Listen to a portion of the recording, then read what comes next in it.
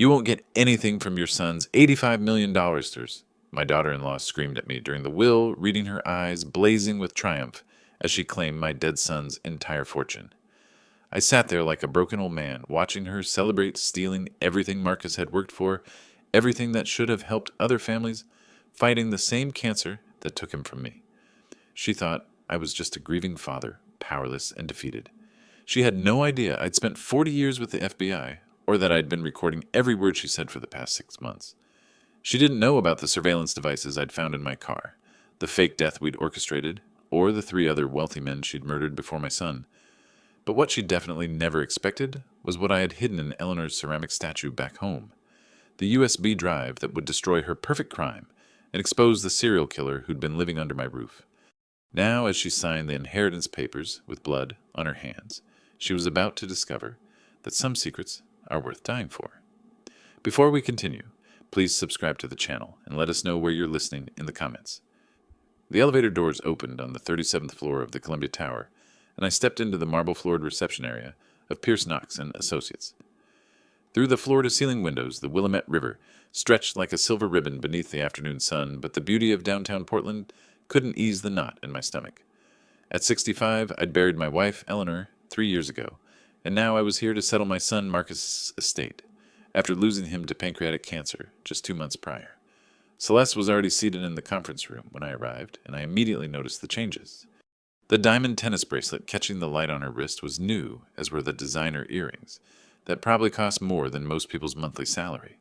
Her blonde hair was styled in perfect waves, and she wore a black dress that managed to be both funeral appropriate and figure flattering. She looked like a woman preparing for a celebration, not a widow settling her husband's affairs. "Gilbert," she said, rising to give me a perfunctory hug that felt as cold as Portland rain. "I hope you're prepared for today. I know this might be disappointing for you." Before I could respond, Donovan Pierce entered the room, followed by his associate Bridget Knox. Pierce was a tall man with silver hair and an expensive suit, but there was something nervous in his demeanor as he arranged his papers. His hands trembled slightly as he opened the blue folder, containing what he claimed was Marcus's final will and testament. "Shall we begin?" Pierce asked, clearing his throat. "I know this is difficult for everyone." As he began reading the formal language of the will, I watched Celeste's face transform. The mask of grieving widow slipped away, replaced by something predatory. She leaned forward in her chair, her eyes bright with anticipation, like a cat watching a mouse. "To my beloved wife, Celeste Catherine Stratton." Pierce read, his voice gaining confidence, "who has shown such devoted care during my illness. I leave the entirety of my estate, including all business assets, real estate holdings, and liquid assets, totaling approximately $25 million. Celeste's smile was radiant, triumphant. She turned to me with an expression of mock sympathy that didn't quite hide her satisfaction. "I'm sorry, Gilbert. I know you might have had expectations, but Marcus was very clear about his wishes." Then she leaned closer, her voice dropping to a whisper that only I could hear. "You won't get anything from your son's $25 million. Not a single penny. Marcus finally realized that his future was with me, not with some retired insurance investigator living in the past." I nodded slowly, keeping my expression neutral. "I understand completely, Celeste."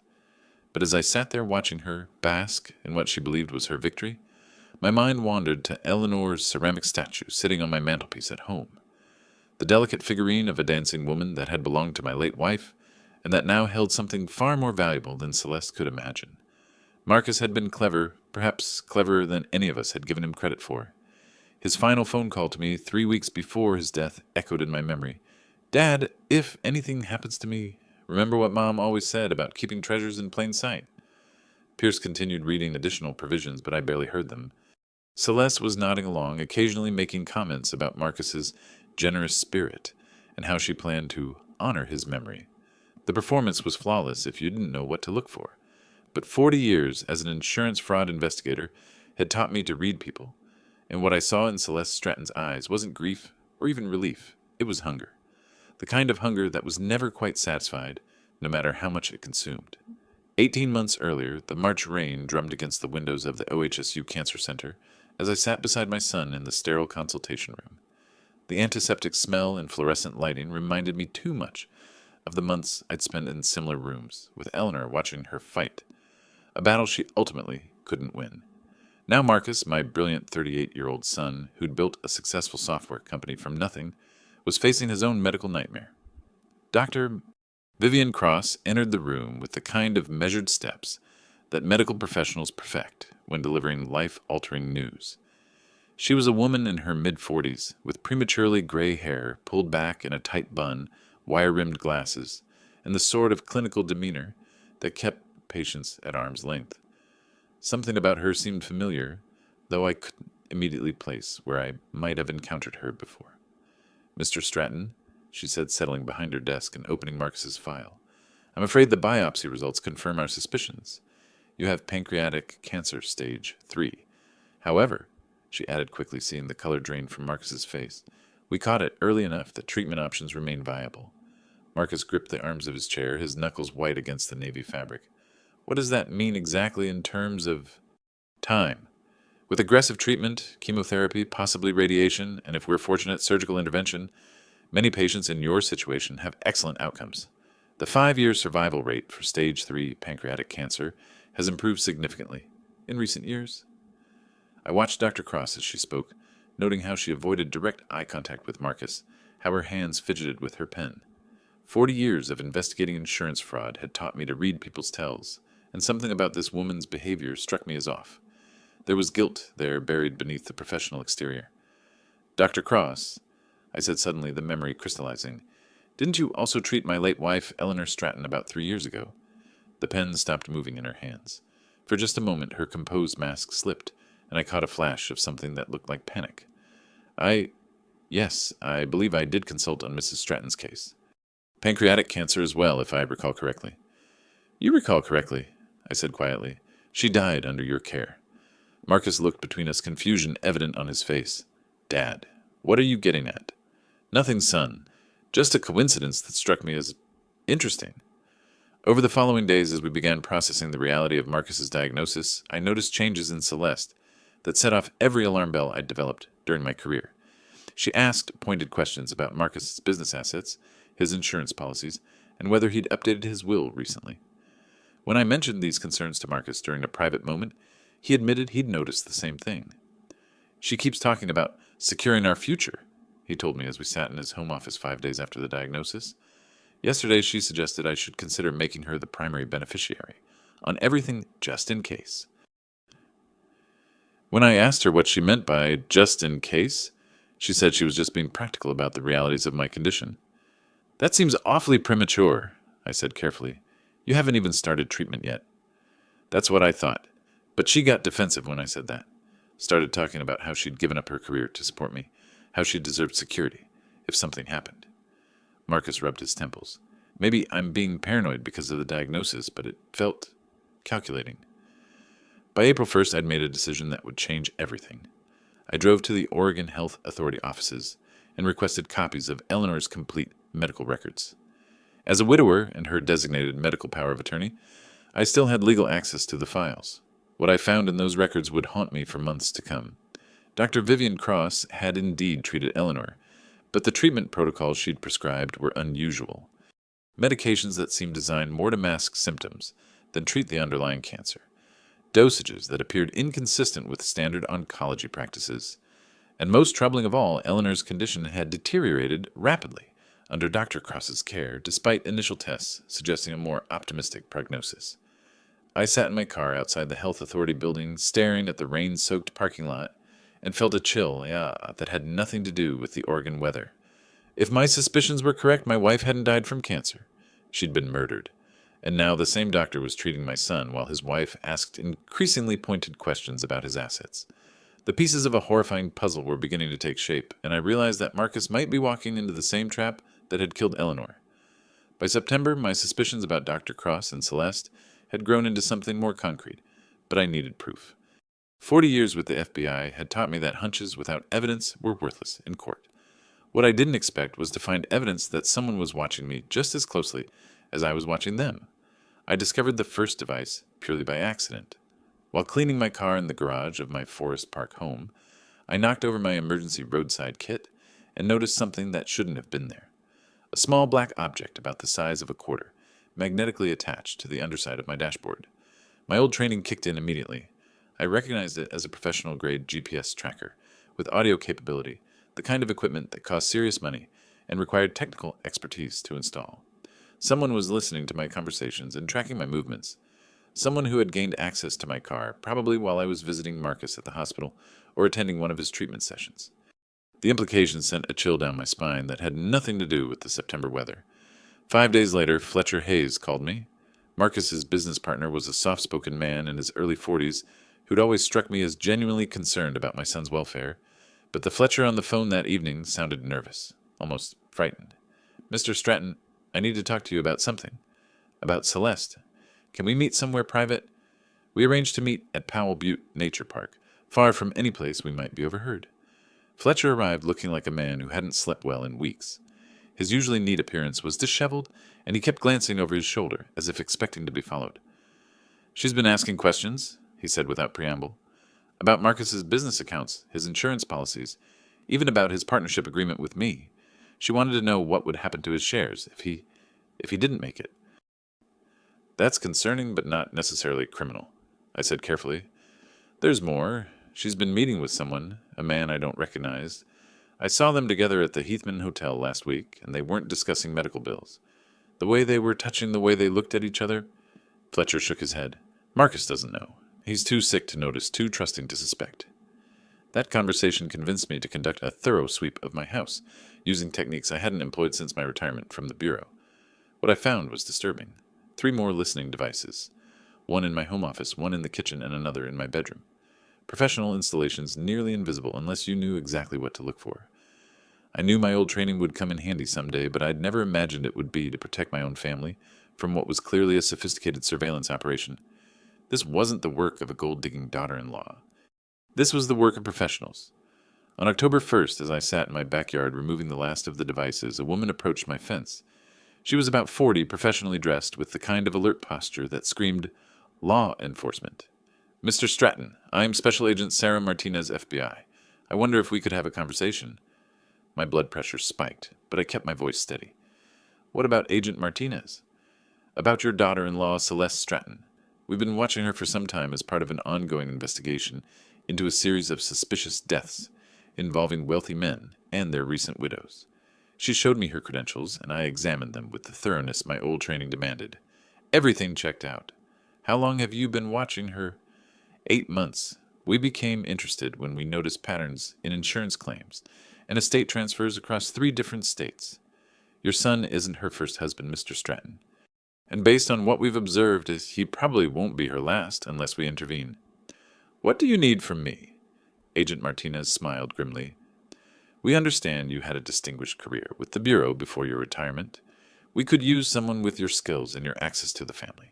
Someone who could help us gather the evidence we need to stop her before she kills again." As I sat there in my garden, surrounded by the suburban tranquility of Forest Park, I realized that my quiet retirement was over. My son's life depended on my willingness to come out of retirement and do what I'd spent 4 decades learning to do, catch the bad guys before they could hurt anyone else. The conversation I'd been dreading took place on a cold November evening in Marcus's downtown office. The 32nd floor of the U.S. Bancorp Tower was empty except for us, the cleaning crews having finished hours earlier. Through the floor-to-ceiling windows, Portland's city lights twinkled like stars, but the beauty of the view couldn't ease the weight of what I had to tell my son. Marcus looked thinner than he had a month ago, the chemotherapy taking its toll on his once robust frame.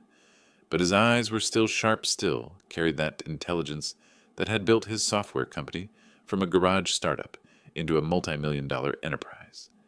He deserved to know the truth about the woman he'd married, no matter how much it would hurt. "Son, I need to tell you something about Celeste, about what the FBI has discovered." I showed him the surveillance devices I'd found, explained about Agent Martinez's investigation, and watched his face cycle through disbelief, anger, and finally a grim acceptance that broke my heart. When I finished, Marcus sat in silence for several minutes, staring out at the city lights. "Dad, I should have listened to you about her from the beginning," he said finally. "You tried to warn me, didn't you? Those little comments about her being too interested in practical matters when I was first diagnosed? I had suspicions, but no proof. And you were in love. I thought I was in love. Now I'm not sure I ever really knew her at all." Marcus turned to face me, and I saw something I hadn't seen since he was a child. complete trust in his father's judgment. What do we do now? 5 days later, Marcus revealed his own discoveries. He'd been quietly monitoring Celeste's activities using his technical skills to track her phone calls and internet activity. What he'd found confirmed our worst fears. She's been researching my insurance policies. He told me, his voice steady despite the implications. Not just the basics. She's been looking into payout procedures, beneficiary requirements, even the timeline for claims processing after death. She's also been in contact with estate lawyers asking hypothetical questions about inheritance laws in Oregon. Hypothetical questions? About what happens when someone dies without updating their will recently, about whether a spouse's inheritance can be challenged by other family members, about how quickly assets can be transferred after probate. Marcus's jaw tightened. She's planning for my death dad, not hoping I'll recover. Planning for me to die. By Thanksgiving weekend, we'd made our decision. Marcus would work with the FBI, wearing recording devices and documenting Celeste's activities. It was dangerous. If she discovered what we were doing, both our lives could be at risk. But it was the only way to gather enough evidence to stop her. Fletcher joined our small conspiracy, providing technical support and serving as a witness to conversations that might prove crucial later. The three of us met regularly in Marcus's office, planning our strategy and coordinating with Agent Martinez through secure video calls that Fletcher's encryption software made virtually untraceable. On December 1st, Agent Martinez delivered the briefing that changed everything. Through the secure video connection, she showed us files that made my blood run cold. Celeste Stratton isn't her real name, Martinez explained. She's actually Cassandra Noir, and she's wanted in connection with the deaths of 3 wealthy men in the past 5 years. Robert Chen in Seattle, Michael O'Brien in Denver, and David Richardson in Phoenix. All of them died within 18 months of marrying her.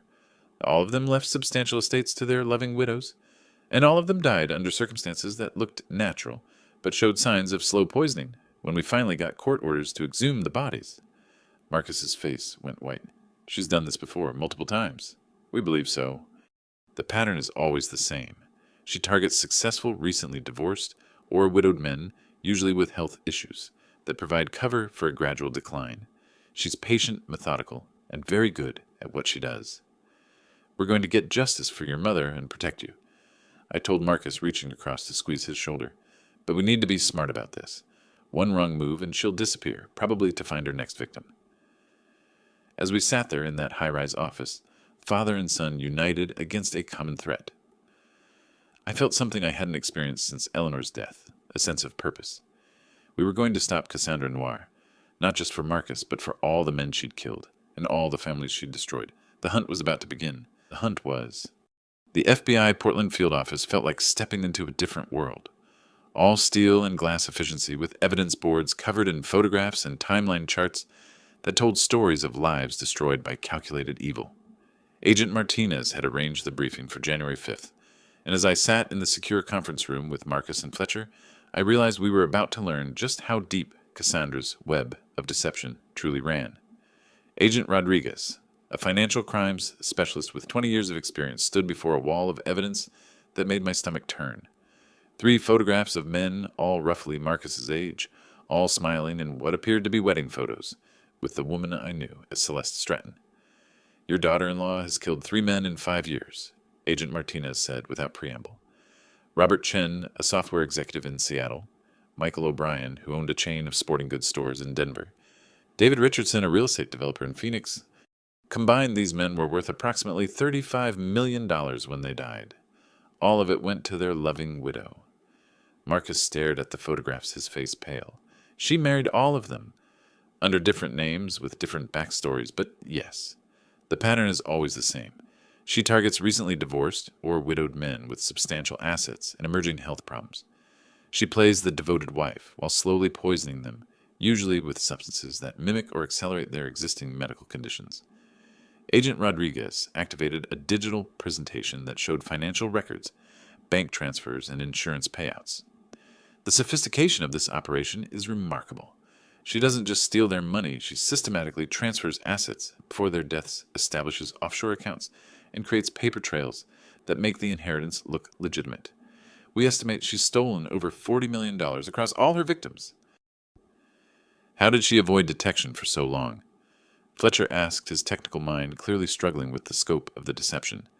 She moves frequently, never stays in one place long enough for patterns to emerge. She also targets men whose families might be estranged or distant, less likely to ask difficult questions when the death occurs. In your case, Gilbert, you were supposed to be the grieving father who accepted his son's widow's inheritance without question. The recording equipment Marcus had been wearing finally paid off on January 20th. Celeste had grown careless, perhaps overconfident, after years of successful murders. The conversation he captured in their kitchen would haunt me for months afterward. "The old man is becoming a problem," she had said, apparently speaking to someone on the phone. "He asks too many questions, remembers too much about his wife's treatment. Once Marcus is gone, Gilbert needs to have an accident. Maybe a fall down his stairs, or a heart attack brought on by grief. Something natural that no one will question. She was planning to kill me next, isn't she?" I asked Agent Martinez after hearing the recording. The words came out calmly, but inside I felt the cold certainty of a man who'd just heard his death sentence pronounced. "That appears to be her intention, yes. She sees you as a loose end that needs to be eliminated before she can safely disappear with Marcus's inheritance." Marcus reached across the table and gripped my arm. "We're not going to let that happen, Dad." But Agent Martinez shook her head grimly. "The problem is we don't have enough evidence for a conviction yet. Everything we have is circumstantial. The previous victims were cremated, so we can't prove poisoning. The financial transfers look suspicious, but not necessarily illegal. And the recording, while damning, doesn't contain an explicit confession to murder." "What do we need?" Marcus asked. "We need her to confess on record to at least one of the murders, and we need to catch her in the act of attempting another one." The silence that followed was heavy with implication. Finally, Marcus spoke the words that I'd been dreading. "You need me to die, don't you?" "Not really die, but make her think I'm dead, so she'll let her guard down." Agent Martinez nodded slowly. "It's extremely dangerous. If she discovers the deception, both your lives will be at immediate risk. But it might be our only chance to gather enough evidence to stop her before she kills again." As I sat in that sterile conference room surrounded by evidence of Cassandra's crimes, I realized we'd reached the point of no return. My son was volunteering to fake his own death to catch a serial killer. The retired insurance investigator in me understood the logic. The father in me was terrified. But looking at those photographs of her previous victims, thinking about Eleanor's death and the threat to my own life, I knew we had no choice. Justice demanded this sacrifice, and Marcus was brave enough to make it. March 10th arrived gray and rainy, typical Portland weather that seemed to match the gravity of what we were about to attempt. At OHSU Hospital, Dr. Thompson and his FBI medical team had spent weeks preparing for this moment, coordinating with hospital administration and ensuring that only trusted personnel would be involved in Marcus's final hours. I arrived at the hospital at 2 o'clock, my hands trembling despite my years of FBI training. This wasn't a routine undercover operation. This was my son voluntarily putting himself in mortal danger to catch a serial killer. Marcus lay in the hospital bed connected to monitors that would soon flatline according to our carefully orchestrated plan. He looked pale and thin from months of actual chemotherapy, which made the deception all the more convincing. "Dad," he whispered as I approached his bedside, "if something goes wrong, if she figures out what we're doing—" "Nothing will go wrong," I said, gripping his hand. "Agent Martinez has thought of everything. You'll be in the safe house by tonight, and this nightmare will finally be over." At exactly 2:30, Dr. Thompson entered the room with the solemnity appropriate for a man about to lose his patient. The monitors began their predetermined sequence, irregular heartbeat, dropping blood pressure, and finally the steady tone that indicates cardiac arrest. Dr. Thompson performed CPR for the required duration, then stepped back with the resignation of a physician who'd fought the good fight and lost. "Time of death, 2:30 p.m., he announced to the nurse who dutifully recorded the information in Marcus's chart. Celeste arrived 30 minutes later, and her performance was flawless. She rushed into the room with tears streaming down her face, threw herself across Marcus's still form, and sobbed with what appeared to be genuine grief. If I hadn't known what she really was, I might have felt sorry for her. "My poor husband," she cried loud enough for the hospital staff to hear. "He fought so bravely. He never gave up hope, even when the doctors said there was nothing more they could do." The nurses offered their condolences, and Celeste accepted them with the grace of a woman devastated by loss, but determined to honor her husband's memory. She asked about funeral arrangements, organ donation procedures, and the timeline for releasing the body. All the questions a grieving widow would ask, all delivered with perfect emotional authenticity. When I arrived an hour later, my own grief was a mixture of genuine emotion and careful acting. Seeing my son lying motionless on that hospital bed, even knowing it was an elaborate deception, triggered memories of Eleanor's final days that I had tried to bury. The tears that came were real, even if their cause was more complex than anyone in that room could understand. Celeste embraced me with what felt like sincere sympathy. "Gilbert, I'm so sorry. I know how much Marcus meant to you. He talked about you constantly, especially these last few weeks. He wanted you to know that he loved you." The irony of receiving comfort from my son's would-be killer was almost too much to bear. But I maintained my composure, played the role of the devastated father, and listened as she began making plans for the funeral and the estate settlement. "We should meet with the lawyers next week," she said softly. "I know it seems premature, but Marcus would want his affairs settled quickly. He always said he didn't want to burden anyone with complicated legal procedures." By 6 o'clock, the hospital had quieted down. Visiting hours were ending, and Celeste had finally left to make arrangements. Dr. Thompson returned to Marcus's room with a wheelchair and a set of orderly scrubs. "Time to go," he said quietly. Watching Marcus sit up and climb into that wheelchair was the most beautiful sight I'd seen in months. My son was alive, and in a few hours he'd be safely hidden while we gathered the evidence needed to put Cassandra Noir away forever. As the elevator doors closed on Dr. Thompson and my very much alive son, I realized that the most dangerous part of our operation was just beginning. Celeste believed she'd won, believed she was finally free to claim her prize and plan my elimination. Her guard would be down, her true nature exposed. The hunt was about to enter its final phase. 2 months after Marcus's death, Celeste had transformed from grieving widow to something far more sinister. The FBI surveillance equipment I wore captured every conversation, every casual revelation of her true nature, as she basked in what she believed was her complete victory. On May 15th, I followed her to Donovan Pierce's law office, where their celebration was anything but professional. Through the recording device hidden in my jacket, we captured their conversation as they toasted Marcus's death with expensive champagne. "I have to admit, you played the devoted wife perfectly," Donovan said, his voice carrying the satisfaction of a man who believed he'd committed the perfect crime. "Even I almost believed you cared about him during those final weeks." Celeste's laugh was cold, devoid of any warmth I'd ever associated with the woman my son had married. "Marcus was useful, but he was getting suspicious toward the end. All those questions about my previous marriages, my background. If the cancer hadn't killed him when it did, we might have had to accelerate the timeline. And now we wait for the appropriate mourning period, then eliminate the old man. Once Gilbert is gone, we'll have everything. The inheritance, the business assets, and no one left to ask uncomfortable questions." The funeral on May 20th was a masterpiece of manipulation. Celeste had spared no expense choosing Marcus's favorite flowers, playing his favorite music, and delivering a eulogy that brought tears to the eyes of everyone present. She spoke about his kindness, his integrity, his dreams for the future they'd planned together. If I hadn't known she was a serial killer, I might have been moved by her performance. "Marcus would want me to take care of you," she whispered to me at the graveside, squeezing my arm with what appeared to be genuine affection. "You're all the family I have left now." The irony was almost unbearable. She was comforting the man she planned to murder, while standing over the grave of the son she believed she'd killed. But I maintained my composure, played the grateful father-in-law, and let her think she had me completely fooled. By June, first Celeste had grown impatient with the legal formalities of inheritance. She began pressuring me to sign documents that would expedite the transfer of Marcus's assets, claiming she needed access to funds for medical bills and funeral expenses. "I hate to burden you with business matters during your time of grief," she said as we sat in her luxurious apartment overlooking the Willamette River. "But the lawyers say the probate process could take months unless we have your cooperation as next of kin." The apartment itself was evidence of her guilt.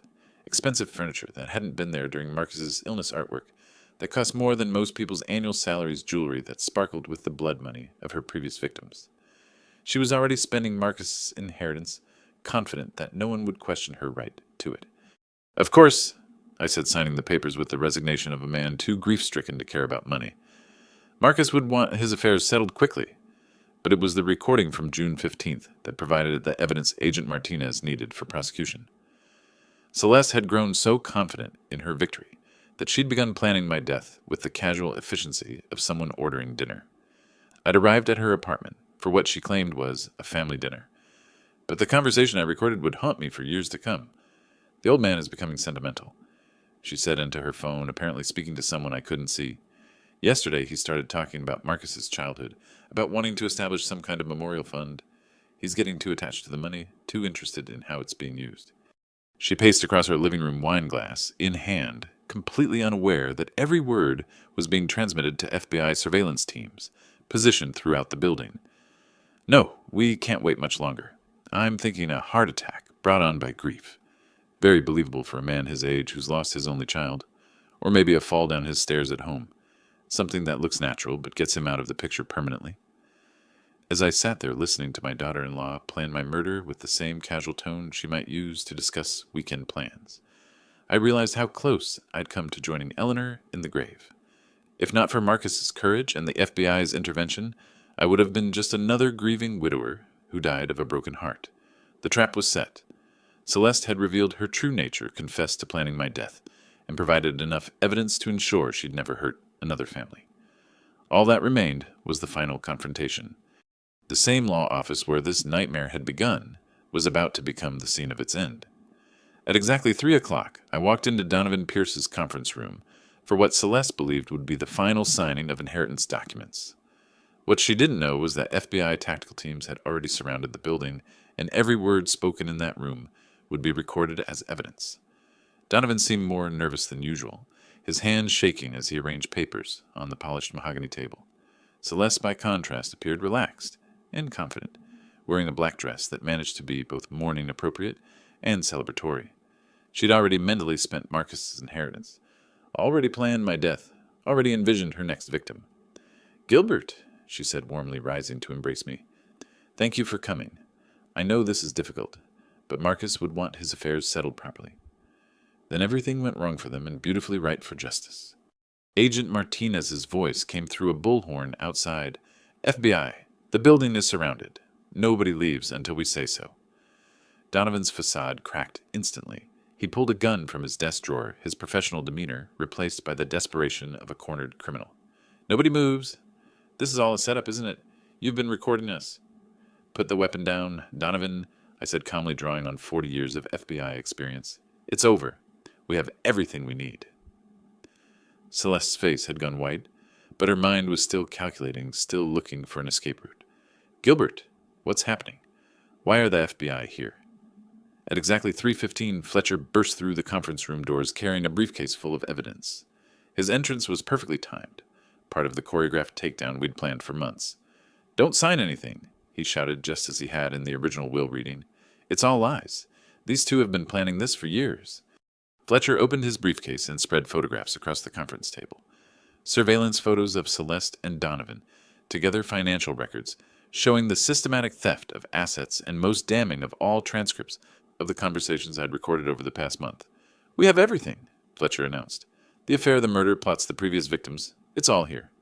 Celeste was backing toward the windows now, her composure finally cracking. "You can't prove anything. This is all circumstantial evidence. No jury will convict based on—" That's when the conference room door opened again and my son walked in. "Surprise, darling wife," Marcus said, his voice carrying a mixture of triumph and disgust. "Did you miss me?" The silence that followed was deafening. Celeste stared at Marcus as if she were seeing a ghost, her mouth opening and closing without sound. Donovan's gun hand wavered confusion, replacing desperation on his face. "That's impossible," Celeste whispered. "You're dead. I watched you die. I was there when they pronounced you dead." "You were there when I pretended to die," Marcus corrected. "The FBI has been very helpful in staging my death so we could gather evidence of your crimes. Every conversation, every plan, every threat against my father. We recorded it all." The transformation in Celeste was remarkable. The grieving widow mask fell away, completely replaced by something cold and calculating and utterly without conscience. "You think you're so clever?" she snarled. "But you have no idea what you're dealing with. The organization I work for doesn't tolerate failure. You're all dead. They'll kill you. Your father, everyone involved in this." "What organization?" Agent Martinez demanded, as FBI agents flooded into the room. But Celeste had said too much already. She clamped her mouth shut, her lawyer's training finally kicking in, even as handcuffs clicked around her wrists. "Cassandra Noir, also known as Celeste Stratton," Agent Martinez announced formally, "you're under arrest for conspiracy to commit murder insurance fraud and the suspected murders of Robert Chen, Michael O'Brien, and David Richardson. You have the right to remain silent." As the Miranda rights were read, I found myself staring at the woman who'd tried to destroy my family. She looked smaller now, diminished by the exposure of her true nature. The confident predator had become just another criminal in handcuffs. Donovan surrendered his weapon without further resistance, his legal career ending in the same office where he'd tried to steal my son's inheritance. Dr. Cross, who'd been arrested earlier that morning, would face charges for her role in Eleanor's death and Marcus's poisoning, but as I watched the FBI lead them away, Celeste's words echoed in my mind. The organization I work for doesn't tolerate failure. This wasn't over. We'd caught the killers, but the people who'd trained them, who'd profited from their crimes, were still out there. For now, though, justice had been served and my son was alive. 2 weeks after the arrests, I sat in a sterile FBI interrogation room in the Portland Federal Building, finally ready to learn the complete truth about Eleanor's death. Dr. Vivian Cross sat across from me, her professional composure completely shattered. The woman who'd once commanded respect in oncology circles now looked like what she truly was, a broken accomplice to murder. Agent Martinez had arranged this confession session after Dr. Cross's attorney negotiated a plea bargain. In exchange for her full cooperation and testimony against Celeste and the larger criminal network, she would receive a reduced sentence. It was a deal that stuck in my throat, but I understood the necessity. We needed her testimony to ensure justice for all of Cassandra's victims. At exactly 10 o'clock, Dr. Cross began the confession that would finally give me closure about my wife's death. "I want you to understand," she said, her voice barely above a whisper, "I never intended to become a killer. I was a good doctor once. I helped people save lives. But the gambling debts, the threats from loan sharks, when Cassandra approached me with her proposition, I was desperate." Marcus sat beside me, his hand on my shoulder, providing the support I needed to hear what came next. The stenographer's fingers moved steadily across her keyboard, recording every word that would help convict my wife's murderer. "Eleanor wasn't supposed to die quickly." Dr. Cross continued, tears streaming down her face. "Cassandra's method was always slow, gradual. The victims had to appear to die from their existing medical conditions. In Eleanor's case, we used a combination of medications that would accelerate her cancer while making it look like natural progression. The details were horrific. Over 6 months, Dr. Cross had systematically poisoned my wife with drugs that mimicked cancer symptoms, while actually weakening her immune system and accelerating the disease. Eleanor's suffering, her gradual decline, her increasing fear, all of it had been artificially induced by the woman I'd trusted to save her life. But Eleanor was smarter than we anticipated, Dr. Cross said at noon, her confession entering its most crucial phase. She began researching her medications, questioning the treatment protocols. About 2 months before her death, she came to me with printouts from medical journals, asking why her treatment differed so significantly from standard care. "What did you tell her?" Agent Martinez asked. I tried to deflect to convince her that her case was unique, that we were using cutting-edge therapies. But Eleanor was too intelligent to be fooled for long. She started bringing a notebook to appointments, recording everything I said, comparing it to her research. The revelation hit me like a physical blow. Eleanor had known. In her final months, she'd suspected that something was wrong with her treatment, but she'd been too weak, too isolated by her illness to get help. She made me do it. Dr. Cross sobbed, her composure finally collapsing completely. Eleanor was going to expose everything. She'd figured out that Cassandra wasn't who she claimed to be. She'd found inconsistencies in Cassandra's background, discovered that her previous husband had died under suspicious circumstances. At 1 o'clock, as Dr. Cross finished her confession, I finally understood why Eleanor had seemed so frightened in her final months. It wasn't just the cancer she'd been fighting. It was the terrible knowledge that the people she trusted were slowly murdering her. "She tried to warn you," Dr. Cross whispered, looking directly at me for the first time. "In those last weeks, she kept saying she needed to tell you something important about Cassandra, about Marcus's safety. But the medications made her confused, made her seem paranoid.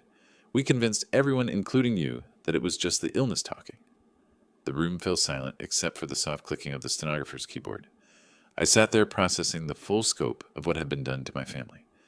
Eleanor had died knowing she was being murdered, knowing that the same fate awaited Marcus, and being unable to save either of them, because her killers had destroyed her credibility, along with her health. Now I understand why Eleanor seemed so frightened those last months, I said finally, my voice thick with grief and rage. She wasn't afraid of dying. She was afraid of leaving Marcus vulnerable to the same people who were killing her. Marcus squeezed my shoulder. "She tried to protect me even from her deathbed, didn't she? She loved you both more than her own life, Dr. Cross said. That's why Cassandra had to kill her. Eleanor would never have stopped fighting to protect her family. As we left the federal building that afternoon, I carried with me the complete truth about Eleanor's death. It was painful, horrific, but it was also liberating. My wife had been a hero, not a victim. She'd fought to the end to protect the people she loved, and her sacrifice had ultimately led to justice for all of Cassandra's victims. The healing could finally begin. 6 months later, I stood in the bright, airy offices of the Eleanor Stratton Memorial Cancer Research Foundation, watching families whose lives had been touched by the same disease that had taken my wife. The foundation occupied the top floor of a renovated building in Portland's Pearl District, with floor-to-ceiling windows that let in the January sunshine and offered hope to people facing their darkest hours. At 9 o'clock that morning, we held our official opening ceremony. Marcus had insisted on donating $10 million from his inheritance, money that Cassandra had tried to steal through murder, to fund research into pancreatic cancer treatment and support families dealing with the financial burden of the disease. The irony wasn't lost on any of us. The blood money intended to fund a serial killer's lifestyle was now saving lives. 6 months ago, I thought I'd lost everything. I told the gathered crowd of doctors, researchers, and families affected by cancer. My wife Eleanor, my son Marcus, my faith in justice. But Eleanor taught me something important in her final months, something I only understood after learning the complete truth about her death. She showed me that love doesn't end with death. It transforms into something larger, something that can protect and heal others. The audience was quiet, respectful, understanding the weight of what we'd been through. Many of them had their own stories of loss, their own battles with a disease that didn't discriminate based on wealth or status or the goodness of one's heart. Eleanor would be proud of what we've built from this tragedy. I continued, my voice steady despite the emotion behind the words. She always believed that knowledge was power, that understanding could overcome fear. This foundation will ensure that other families have access to the latest treatments, the best care, and the support they need to fight this battle together. At 11 that morning, Marcus took the podium to announce his full recovery and his return to ethical business practices. The chemotherapy he'd endured, the fake death he'd survived, the months of hiding, all of it had given him a perspective on life that no amount of success could have provided. The best revenge is a life well lived, Dad, he said, looking directly at me as he spoke to the crowd. Cassandra tried to steal our family's love, our trust, our future. Instead, she gave us something more valuable, the knowledge that we can survive anything as long as we face it together.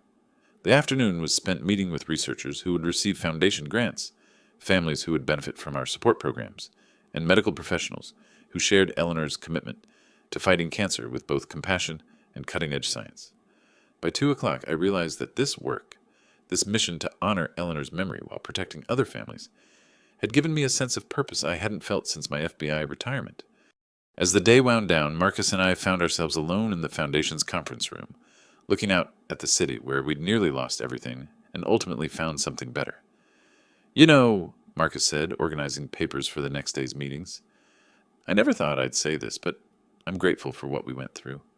Not the pain, not the fear, but the way it brought us closer together.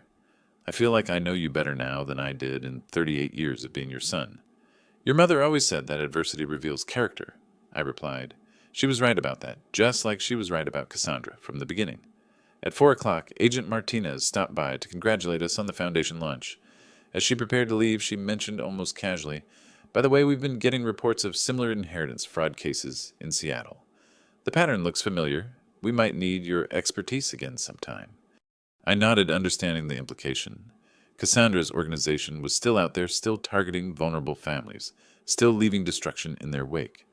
But for the first time since Eleanor's death, the prospect of another fight didn't fill me with dread. Marcus and I had proven we could face anything together. Let us know if you need us, I said. As the sun set over Portland, father and son worked side by side, planning programs that would help other families avoid the nightmare we'd survived. Eleanor's love had been transformed into something larger than any of us had imagined, and Cassandra's attempt to destroy our family had only made us stronger. Justice had been served, healing had begun, and the future held promise instead of fear. This story teaches us that love and truth will always triumph over greed and deception. Gilbert and Marcus discovered that family bonds, strengthened by faith and determination, can overcome even the darkest betrayal stories. When we face life's greatest challenges, God walks beside us, giving us the wisdom to see through lies and the courage to fight for justice. Eleanor's memory reminds us that even in death, a mother's love continues to protect her family. Her sacrifice wasn't in vain. It led to the exposure of a criminal network and saved countless other families from similar betrayal stories. Through God's grace, what seemed like tragedy became a source of healing and hope for many.